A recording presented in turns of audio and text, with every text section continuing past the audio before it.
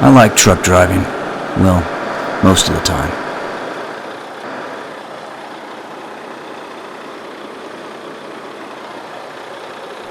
There's always a safety concern when you consider that a big rig can be loaded up to 80,000 pounds of freight.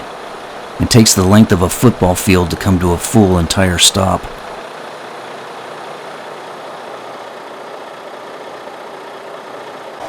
The more miles you drive, the likelihood that you'll be involved in a serious accident increases.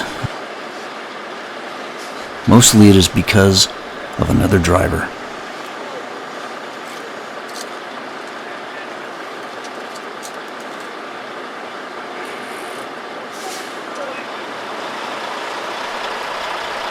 Most drivers around an 18-wheeler do not allow us enough safety space. Think of it as social distancing.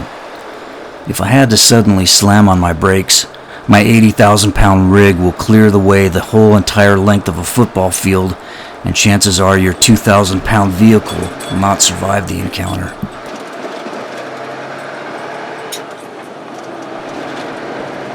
With over 20 years of a perfect safety record, right now, I am just an observer.